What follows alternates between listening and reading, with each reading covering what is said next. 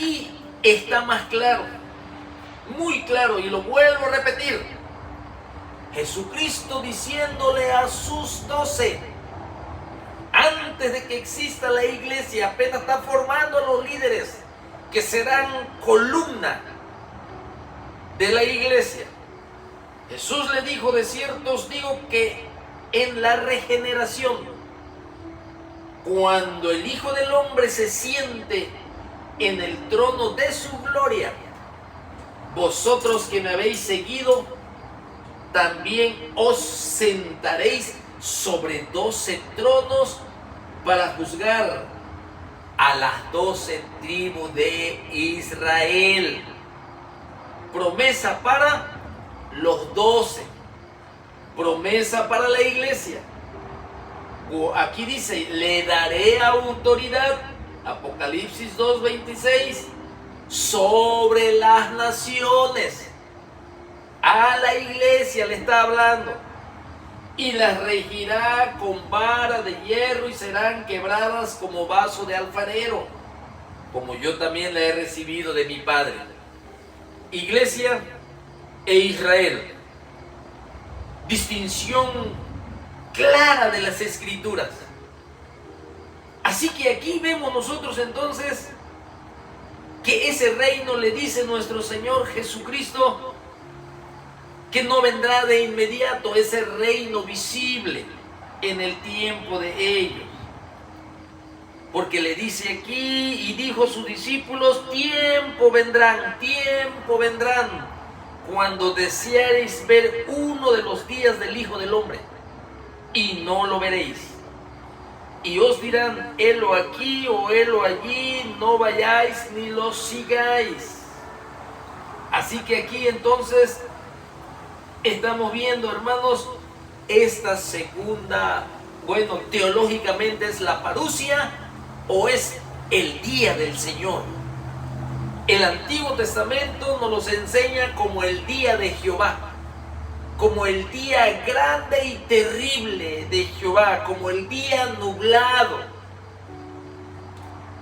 Es un tiempo prolongado, ese día de Jehová. Cuando nosotros le ponemos dígito, primer día, segundo día, tercer día, sabemos que son días de 24 horas, pero cuando la Biblia nos habla del día de Jehová, es un tiempo largo y prolongado, el día de Jehová. Ahora estamos en el tiempo de la iglesia. La ley fue dada por Moisés, pero la gracia vinieron por medio de nuestro Señor Jesucristo. La gracia, tiempo de la iglesia, tiempo en que el Espíritu Santo en toda su plenitud está haciendo la obra que Jesucristo comenzó en los evangelios para ser testigos. Tiempo de la iglesia. Ese tiempo va a terminar. Ese tiempo, tanto como tuvo su inicio, tendrá su fin. Tanto como el tiempo de la ley tuvo su inicio en el monte Sinaí, tuvo su fin cuando Jesucristo muere en la cruz del Calvario y se hace un nuevo pacto en su sangre. Un principio y un fin. La iglesia tiene un principio y su nacimiento también tendrá un fin. Y ese fin se le conoce como el arrebatamiento de la iglesia. El arrebatamiento de la iglesia es muy diferente a la parusia. El arrebatamiento de la iglesia es muy diferente al día del Señor que nos habla las Escrituras. El arrebatamiento de la iglesia es muy diferente a lo que nosotros le conocemos como el Nuevo Testamento lo conoce como el día del Señor en el Nuevo Testamento, en el Antiguo Testamento como el día de Jehová, y tiene muchos nombres más. Así que aquí podemos ver nosotros que Satanás supo y sabe tomar ventaja de ese tiempo en que Jesucristo nos habló de su venida, de que necesitamos nosotros prepararnos y estar vigilantes para cuando Él venga. Sí, es por eso que hoy en día se niega mucho sobre esa venida de nuestro Señor Jesucristo. Así que aquí podemos ver nosotros que la primera vez que vino nuestro Señor Jesucristo, el pueblo falló al no conocerlo, porque estaban buscando un Mesías que los liberase de Roma. Así que ellos fallaron en este aspecto. Pero el retorno de Jesucristo lo vamos a ver en estos versículos 24 y el 25. Estoy hablando de la parusía, esa venida visible y gloriosa. No estoy hablando del arrebatamiento, porque el arrebatamiento también es una verdad que nos enseña la palabra de Dios. El arrebatamiento, hermanos, hay muchos versículos bíblicos que nos habla que el arrebatamiento es una doctrina que enseña las Escrituras. Por ejemplo, solo voy a poner ejemplos, no voy a tocar esa doctrina porque es amplia.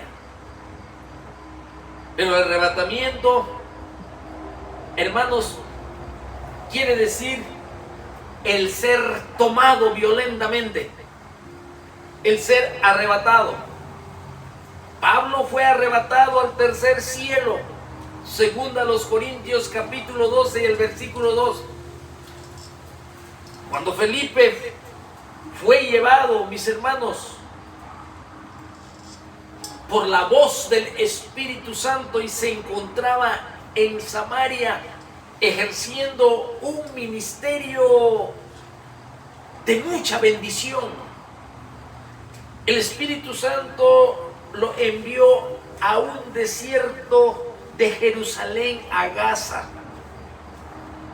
porque había alguien que necesitaba la salvación de su alma. Había alguien que necesitaba el perdón de sus pecados. Había alguien que necesitaba ser librado de la condenación del infierno. Había alguien con una necesidad eterna de la salvación de su alma. Había alguien que no había oído que Jesucristo vino al mundo a buscar y a salvar lo que se había perdido, y que para ser salvo alguien tenía que pagar un precio, el precio de sangre, el precio que solo Dios Padre podía aceptar, un sacrificio con olor fragante. Un hombre que no haya pecado nunca, como nuestro Señor Jesucristo. Dios Padre solo podía aceptar un sacrificio que no tuviera contaminación, que no tuviera pecado, que no tuviera mancha, que se ofreciera en el altar del sacrificio, en donde el Padre castigaría con su justicia y con su ira nuestro pecado sobre el inocente por el culpable, para satisfacer su justicia, por haber violado su santidad. Todos nosotros que hemos pecado, todos nosotros que merecemos castigo, Jesucristo lo llevó en la cruz. Eso necesitaba oír este eunuco, funcionario de la reina de Candace, en el libro de los Hechos. Y el Espíritu Santo envía a Felipe Él estaba leyendo Isaías 53, el eunuco, en su carro, y leía esa palabra poderosa, el poder de Dios, que para el eunuco no sabía de qué se trataba, y él estaba leyendo que alguien fue llevado como un cordero a la muerte, como una oveja a la muerte, y que ese alguien no abrió su boca, y que fue menospreciado y fue desechado y fue castigado, y que toda la paz que un día nosotros íbamos a obtener tenía que ser por su sacrificio. Isaías decía que no iba a haber parecer en su rostro, que iba a tener llagas de las marcas del sufrimiento. El eunuco no lo podía entender. El Dios soberano, Dios de toda gracia y de toda misericordia, todos los que vienen a mí, yo no les echo fuera, envía a uno de sus siervos a predicar el evangelio de la salvación. Y dice la palabra de Dios que después que el eunuco oyó y creyó y se arrepintió de sus pecados, recibió las fuentes de bendiciones eternas, del perdón de sus pecados, la justificación sobre su vida, el ser llamado hijo de Dios y su nombre ser escrito en el libro de la vida, y el gozo que hay en los cielos cuando un pecador se arrepiente. Y fue bautizado inmediatamente. Y después que sucedió esto, Felipe dice que fue arrebatado en ese desierto de Jerusalén a Gaza. Fue arrebatado, o sea, fue tomado violentamente. Y después apareció en Azoto. ¿Tú sabes cuántos kilómetros tiene de ese desierto de Jerusalén a Gaza? De allí a Azoto, que se encuentra en la cuenca del mar Mediterráneo, tiene aproximadamente 40 kilómetros. Y Dios lo arrebató y lo llevó hasta allá. En el tiempo del siervo del Señor que caminó junto a su Señor, llamado Enoc, en el Antiguo Testamento también fue arrebatado, y fue, dice la Biblia en Hebreos capítulo 11, que fue traspuesto, que fue trasladado, fue arrebatado. Elías fue otro que fue arrebatado. Entonces, ¿cómo dicen algunos que la Biblia no nos enseña sobre el arrebatamiento? Si hay contundencia bíblica, no solo una, sino 1, 2, 3, 4, muchas veces, que nos enseña sobre el arrebatamiento, que no es mi tema. Estoy hablando sobre lo que Jesucristo está enseñando a un fariseo y a sus discípulos, sobre la parusia, sobre la venida gloriosa visible, que es muy diferente al arrebatamiento. El arrebatamiento es para la iglesia, porque Pablo se lo escribe a la iglesia de Tesalónica, ese misterio, esa enseñanza, esa doctrina, esa verdad, que lo podemos ver a lo largo de la Biblia, el arrebatamiento, y hay muchos ejemplos. Y luego también Pablo escribe que en un abrir y cerrar de ojos, a la final trompeta, porque se tocará la trompeta y los muertos en Cristo resucitarán primero, y él mismo se cuenta, y nosotros seremos transformados.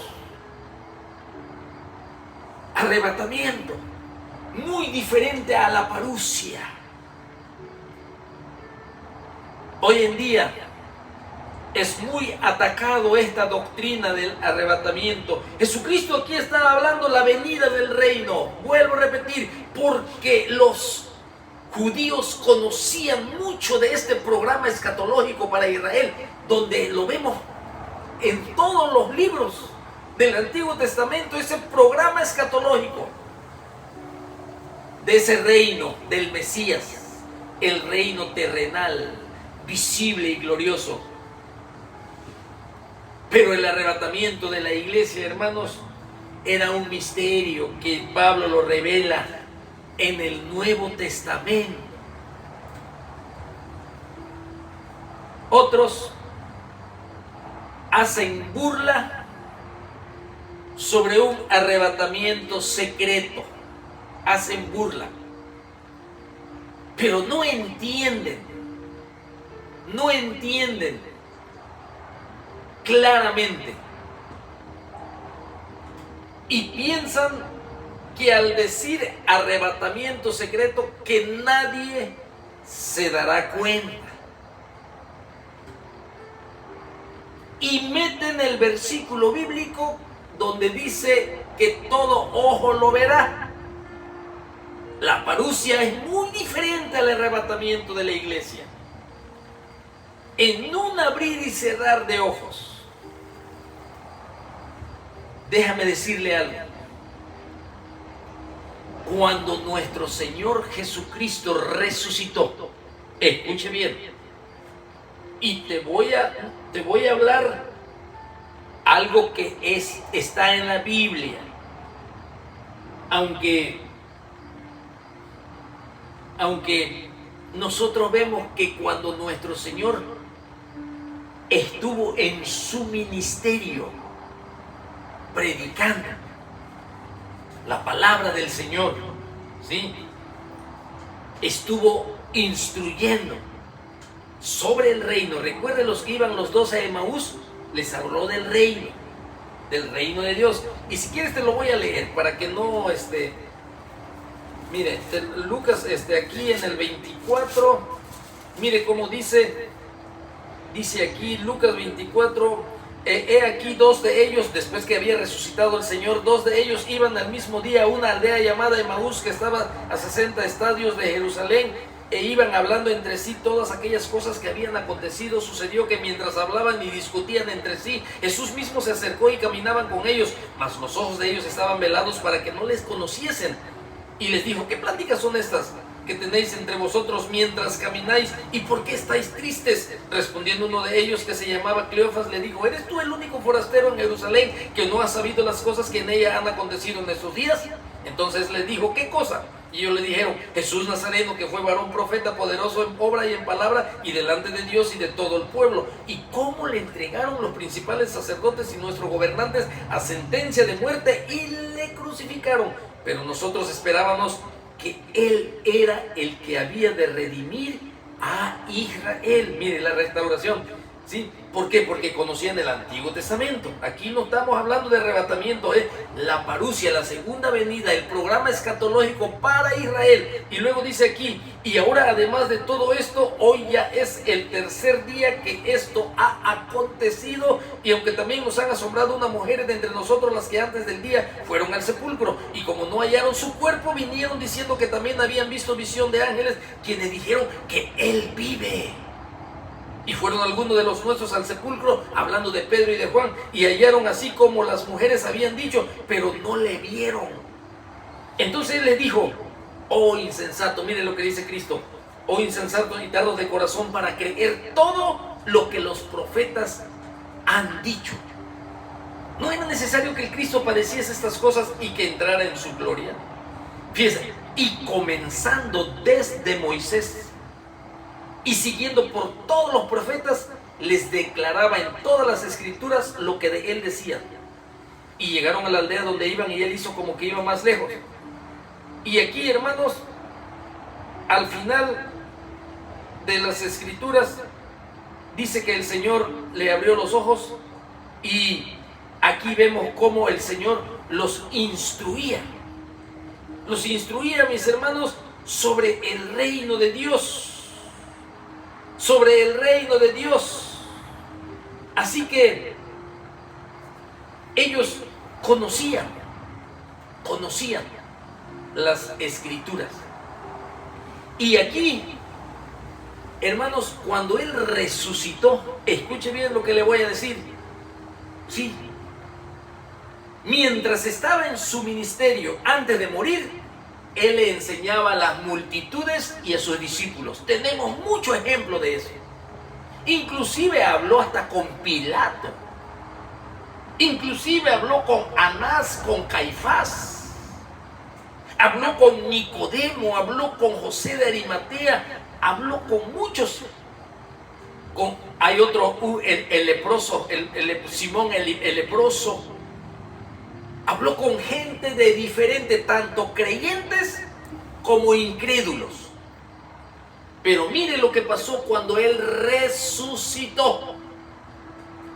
Él ya no se le apareció a Pilato. Él ya no se le manifestó a Anás y a Caifás. Primero se le apareció a María Magdalena, solo ella. Quizás algunos dicen, tuvo una aparición secreta. Se le apareció secretamente solo a María Magdalena, que había experimentado una liberación de una posesión de demonios, que ella era oprimida y sufría en el reino de las tinieblas, y Dios el Señor Jesucristo lo liberó, lo perdonó, le dio la salvación, y ella creyó, fue creyente y seguidora de Jesucristo. Pero se le manifestó a ella nada más. Y luego a estos dos que iban a Emaús. Él ya no se le manifestó a Israel, ya no se le manifestó públicamente a nadie, sino que solamente a los que habían creído. Se le apareció también a Pedro. Se le apareció también allá en el aposento alto a los que estaban reunidos y no se encontraba Tomás. Acuérdese allí en Juan 20, 19. Él se metió, nuestro Señor Jesucristo, pero ya no fue a Anás, ya no fue a Caifás, ya no fue a la nación, solamente a los creyentes. Así es el arrebatamiento de la iglesia.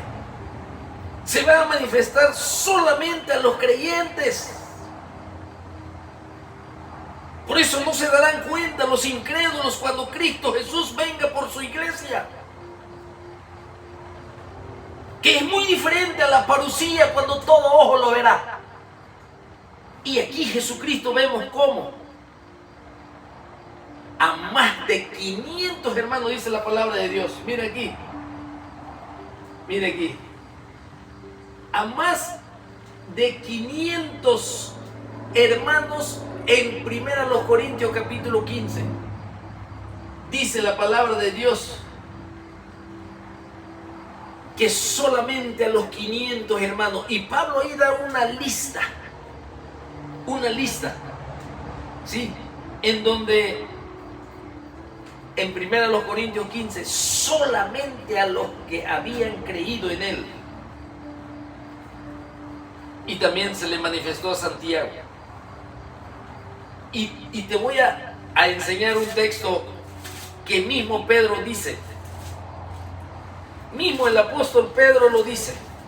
Aquí, en Hechos capítulo 10, cuando el apóstol Pedro es enviado a la casa de Cornelio, un gentil. Y estando en la casa de Cornelio, comienza a predicar. Y les habla.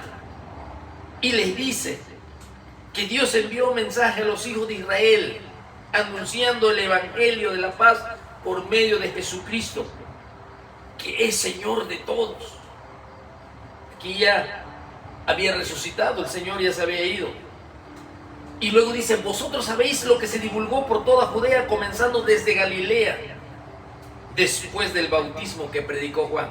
Y mire cómo dice el versículo 38 del capítulo 10 de Hechos: cómo Dios ungió con el Espíritu Santo y con poder a Jesús de Nazaret, y cómo Jesús de Nazaret anduvo haciendo bienes y sanando a todos los oprimidos por el diablo. Miren, ministerio terrenal, general, universal, a todo Israel. Fíjense que estaba con él. Y nosotros somos testigos de todas las cosas que Jesús hizo en la tierra.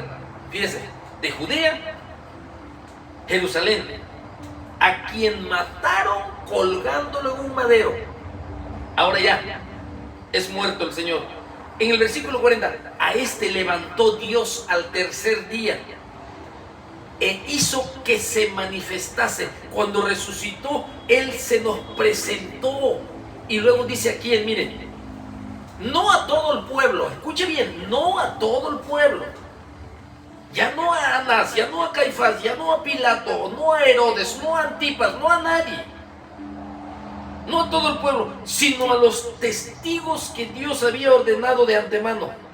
A nosotros que comimos y bebimos con Él. Después que resucitó de los muertos, solamente a nosotros se nos manifestó. Así es el arrebatamiento, solamente a la iglesia, no todo ojo lo verá. Esa es la parucía, esa es la manifestación gloriosa, futura, escatológica. Porque la iglesia solamente y únicamente en el arrebatamiento verá al Señor Jesucristo exactamente como aquí. Cuando resucitó glorificado, ya no se le manifestó públicamente a nadie el Señor.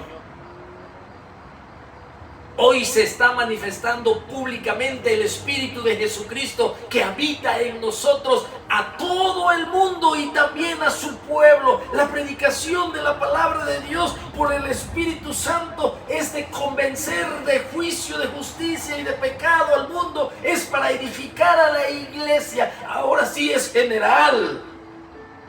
Tanto discípulos como no discípulos. Pero en el arrebatamiento de la iglesia, ya no a todos se va a manifestar el Señor. Ya no a todos, solo a la iglesia. Por eso en un abrir y cerrar de ojos a la final trompeta. Por eso dice aquí, en primera a los Tesalonicenses capítulo 4, dice la palabra de Dios: tampoco queremos, hermanos, que ignoréis acerca de los que duermen. Y luego dice, para que no os entristezcáis como los otros que no tienen esperanza.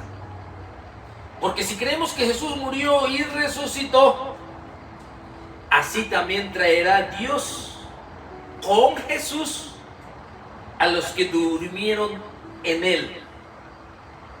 Por los cuales decimos esto en palabra del Señor, que nosotros que vivimos, que habremos quedado hasta la venida del Señor, no precederemos a los que durmieron. Porque el Señor mismo, con voz de mando, con voz de arcángel y con trompeta de Dios, descenderá del cielo, y los muertos en Cristo resucitarán primero. Luego nosotros, los que vivimos, los que habremos quedado, seremos arrebatados. Dice, seremos arrebatados juntamente con ellos en las nubes para recibir al Señor en el aire. Y así estaremos siempre con el Señor. Se recibe el Señor en las nubes. El tiempo de la iglesia finaliza. No se le va a manifestar a todo mundo. Secreto porque no lo conoce el mundo, no lo va a ver el mundo. Así como cuando resucitó, ya no fue para Anás, ya no fue para Caifás, ya no fue para Pilato, ya no fue para el mundo incrédulo, sino exclusivamente, dice Pedro, los que comimos y bebimos con Él, ya no a todo el pueblo, sino a nosotros. Así el arrebatamiento de la iglesia ya no va a ser para el mundo incrédulo, solo para la iglesia. Y lo digo por aquellos burladores que siempre y constantemente atacan esta doctrina del arrebatamiento de la iglesia. Ese es un misterio que el Espíritu Santo lo reveló a la iglesia. La venida de Cristo, hermanos, es la verdadera esperanza de todo creyente. Así que aquí podemos ver nosotros cómo a más de 500 hermanos juntos se le apareció, nada más hermanos.